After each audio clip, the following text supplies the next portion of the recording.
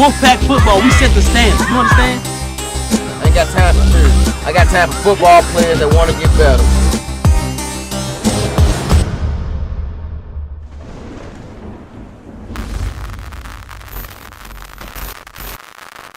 Now we got Coach Boobie bringing us some insight about one of his star players over there at Bad Boyz. Let's go.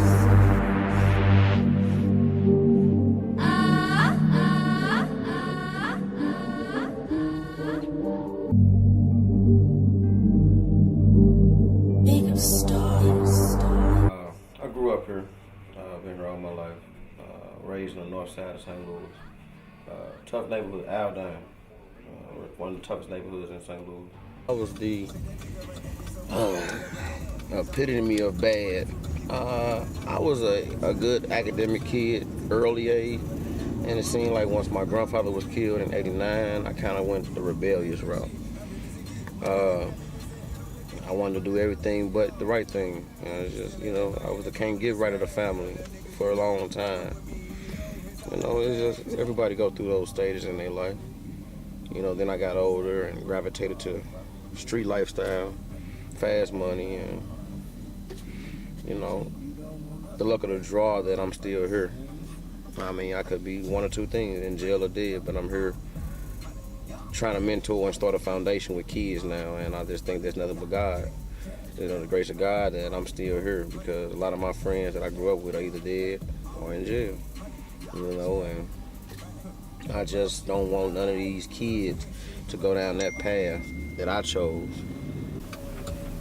The name Bad Boy means a lot to me because this was our little clique or gang. I'm not gonna say gang, but clique of my friends in high school that me and my brother who got killed in '07 started. And we was called the Bad Boyz.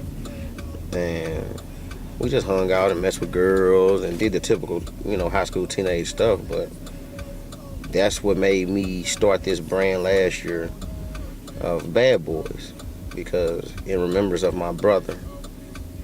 Like I said, he was killed to street violence in 2007, and since then I vowed to change my life and go in a different direction.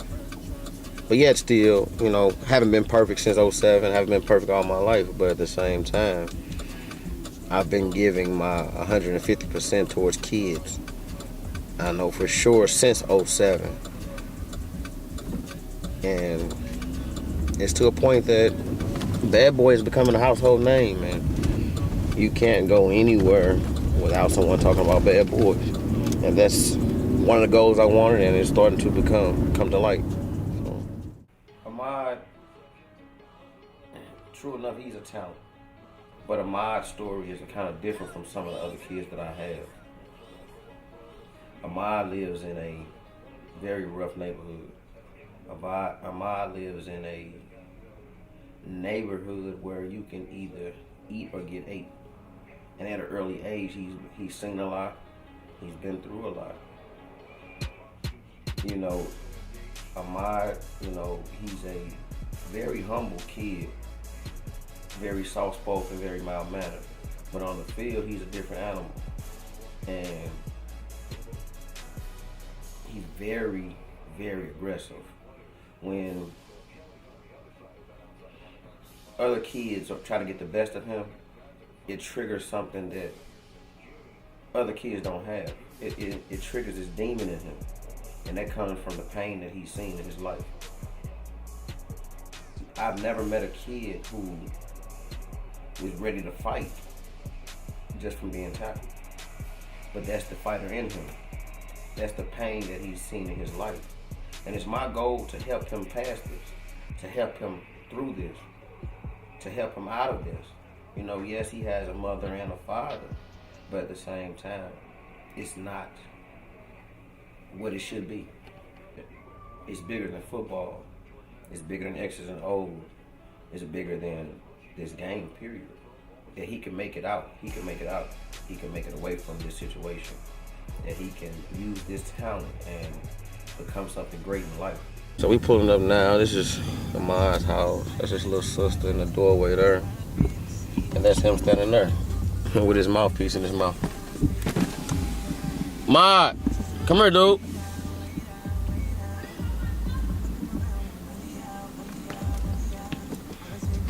And that's basically what he do all day long. Sit out here in these, and it's the project. It's one of the 3 worst neighborhoods left in St. Louis. They're here to do the special on you. You ready? You get to meet your mom and your sister. Tell your sister come here. Mom, come here.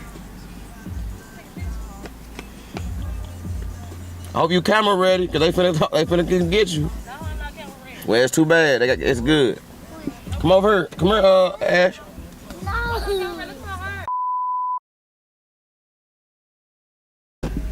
Baseball. What you like about baseball? I'm gonna get this slider on base. What you be doing in school? Nothing. Did you say nothing? Yeah, exactly. Probably gotta get better with it. On my mama's side, I got one brother and one sister. My daddy's side, I got 4 brothers and 2 sisters. You know how old all of them are? How old are they? On my brother's side, on my mama's side, my sister, she's 6 and my brother, he 12. And then on my daddy's side, one of them, the little one, the baby, she 1. The oldest baby, she 2. And then Kimmy, he's 7. Kaden 5. Lil Chris, he 11. And Corian 9. That's it. How does it feel to have all them brothers and sisters? I know you gotta feel good. Which way, Armaad? That way, this way right here. Right. It feels good. Somebody that we can play football with. Right. About 2 weeks ago? Yeah, about 2 weeks ago, their house caught on fire. So they pretty much lost everything. A lot of his football equipment, his practice cleats, so there's a lot of stuff. They lost a lot of stuff. I think they lost all their furniture, all their clothes. But I guess the property manager or whatever gonna take care of the situation, and I guess, help them get all their stuff back. But it's just the sentimental value of the stuff you lose. I mean, it's rough. It can play a part on anybody. I remember picking him up for practice, and he's like, "Man, my daddy's house caught on fire." I'm like, "What? Where your stuff at?" "Home, I got some of it." I'm like, "Oh, man." But, it's the thing about it. I'm just glad there wasn't no kids in the house. Just glad they wasn't there. So, but these housing projects been around here forever. Yeah, so I remember, when I was younger, and a girl would tell me, I stay down in Peabody, and I tell them I ain't coming. Just, I was not messing around down here. You said y'all was rivals. Yeah, I was from the Aldine, Blue Mile area, and then it's the project. So we wore blue, they wore red.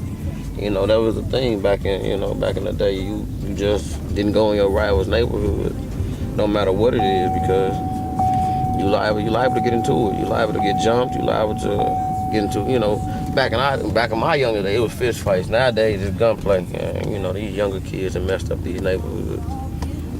Messed up these days, You could have a fight with somebody and then be cool next week. Now, you have a fight with somebody, it's straight gunplay. So.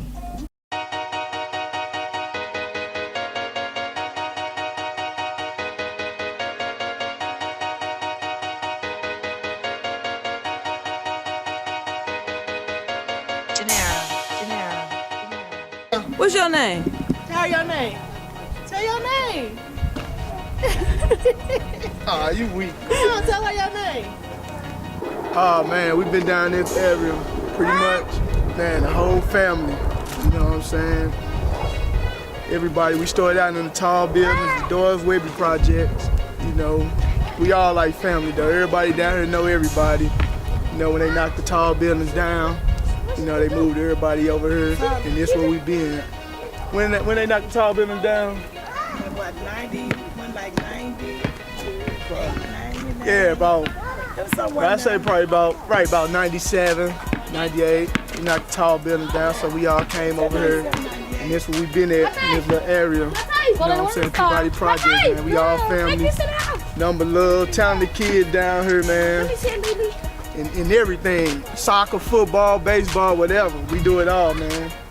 Kids out here, they get it in on this concrete. They make it work, you know. I'm Carly Hemphill. My nephew is Armaad Sharp. They call me Black, you know, Shadow, Spook Blue, whatever you wanna name it. It's me, you know. I started off here, Peabody Elementary School. You know, I grew up saying City Rec football, his squad. Mike Tyler, shout out to Mike Tyler. You know, he's a good, excellent coach. Yes, and he's a good preacher. But I played City Rec all the way up. Went to high school at Vashon, played slot receiver, a little bit of cornerback, a little bit of safety. Played baseball all my year. Actually, same thing. We played everything at our recreation center. From around here, we played soccer, baseball. Hey, we had a hockey team. We was in the papers, everything. We did it all. But my main thing was boxing. You know, I took up boxing. We, getting in, did a lot of traveling. I won my biggest accomplishment. I mean, I went professional, but my biggest accomplishment that I look back on when I was boxing, I won a Junior Olympic national tournament. You know, so I could have did way better, but that's another story though. A lot of ups and downs coming from this little neighborhood right here. So I don't want my boys, I got 5 boys right now in football, so I don't want them to run into the same little stuff I ran into that stopped me from, my dream or whatever. So that's why I be on them so tough. We love to win, but like I tell them, if they lose, it's okay. As long as I know you gave it 100%, I'm cool with it. See this camera shot, yeah, I swear she did. It's track. I did basketball, track. His speed, he get that from his mama. I just played basketball. I ain't play football though, but I ran track and basketball. Where'd you go to high school at? Roosevelt. You got any medals? You took any home? I quit it. Dayo, the body with the feel, alright? I take a body on a body on the Hey, look, there you go. That's my big cousin, man. We love our big cousin. He the neighborhood character. He keep the neighborhood alive. He keep it alive. DJ Eskimo City, the coolest DJ on the motherfucker. Man, school number 1. Our school right over there, Peabody Elementary. Everybody down these bricks went to that school. School number 1 though. Tell them, without school, every athlete, you need school. If you ain't got the grades, then it ain't nothing. So school number 1. Then when you out on these streets, you see how it's going in life, especially with the police. That's why I tell them, respect the police, do what they say. There won't be no problem. That attitude of his. The attitude, it ain't how he do it. It's great to have the attitude that he got, but it's know when to turn it on and turn it off. The attitude that he has that killer instinct, but sometimes we gotta give him to calm down a little bit. My name is Patricia Hemphill, and I'm Armaad Sharp grandmother, number 10. I'm the grandmother of 21, and that is one of my grandsons by my son Christopher Sharp. And I'm a mother of 8. As his grandmama, I try to tell him, it ain't all the time about winning. It's all about how you play it. Put your all in all. So if you go out and you try, the effort is what really gets it. Because the wins ain't all the time about it. It's how you get out there. And I tell them all the time, you gonna win some, you gonna lose some. But when you lose, it's supposed to strengthen you and make you go out and do more and be better and harder. And then you can get the job done. And that's what I encourage them. Because like you say, you got to fall down in order to get back up. When you get back up, you're supposed to be strong at it. So you should probably know where you made your mistake at. So that's what I try to be encouraging all of them.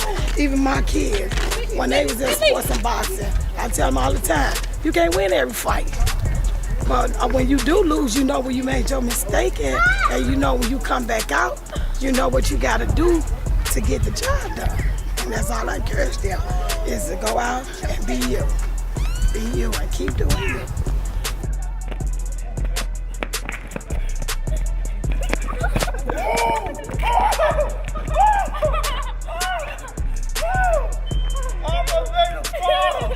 He tripped me. It's a lot of talented, like I said, there's a lot of talented people come from these grounds.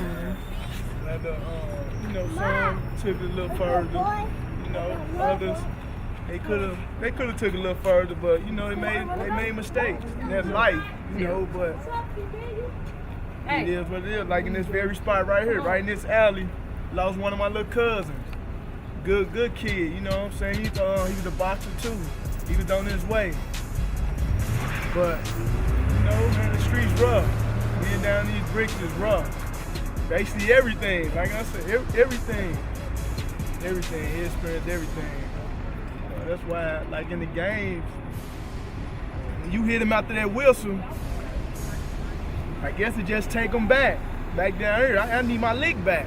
So that's why I always try to, preach to him. This a game, this a sport. Just because he hit you, let the referee handle that. You ain't at home, you ain't outside where a kid hit you and you gotta hit him back. Cause that's what we was always told. Hey, somebody hit you, don't come in the house crying, you better hit him back. So, the whole bully mentality. Get that dog over there. I told them, it feels good to have. I'm not playing. For me, because I grew up down here in the projects. I grew up down here, we've been down here since 72. And I grew up down here and it was a struggle. But the struggle that we had it was a good struggle because it taught us how to get where we are today. And not just sit up here and depend on, we had to fight for what we want and what we did. And I thank God for that, because if we didn't do that right today, we wouldn't know how to do nothing and we wouldn't be nothing. And we had our ups and downs. And like I said, I'm a child care provider, and I've been dealing with kids since I even graduated from Peabody Elementary. I graduated in 1979. Went to McKinley High School, had my kids down here. We lived down here all our life. And all I have down here is been helping people out, encouraging people, trying to keep them to keep their heads up and let them know that we are somebody and we can do it. And what I get out of it is the struggle. It didn't make me sad, it made me strong and powerful, and let me say, I can look back over the years and say, if we hadn't did this, we wouldn't have made it. But it just made me strong, and I just have something that I can look for, and I thank the projects. I thank the project because it taught us.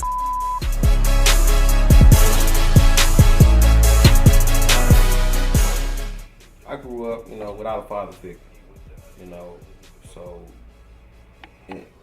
my mom married when I was a teen, and he helped me instill goals on how to be a man, on how to give back. He was a coach, he's still a coach now to this day, and that's what made me start to love and passion giving back to the community and helping these kids. Shout out to the Bad Boyz. We gonna shout out the Bad Boyz, man. Boy, head coach right here. My boy Boobie, baby, he's doing big things. He finna take the JFL, I'm gonna say the whole JFL. Dude finna put it on a whole nother level, man. We got good experience, man. We got these down south teams willing to come to St. Louis and play and see some real talent, because the talent is in St. Louis. We just ain't really had enough, to get out and play the other good teams down south. But we got talent in St. Louis. But shout out to this man right here, head coach of the Bad Boyz, Bad Boyz movement. My boy Boobie right here, and he's gonna take over. Going down. And shout out to Valentino Creation. Yeah! For making this happen. Stay tuned. Yeah. Number 10, Armaad Bad Boyz. Yeah! We're getting that Super Bowl next year. You know who you is. We're getting it next year. Yeah. Bad Boy for life.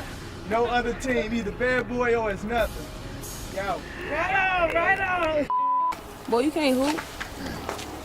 You can hoop. Let me see. You got ripped already. Let me see. Boy, lay up with no rim, boy. Oh, damn, hey! Hey,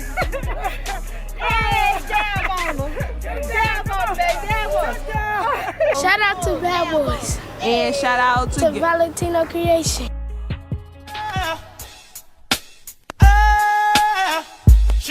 Now tell me who on the with us. Ashes to ashes, dust to dust. I bang and let your brain tank snitches. All the people with riches who carry up in they hosiery. A black telling when my father bustin' and loaded me. Think he just finna key and dippin' the D's. Don't hate me. Hit Nicky Barnes for hitting my mom's letting the pop. I was born in the drop, boiling the pot. Shake. We doing a real heavy offensive day today. Trying to make sure we got our timing down, putting in a couple of new plays.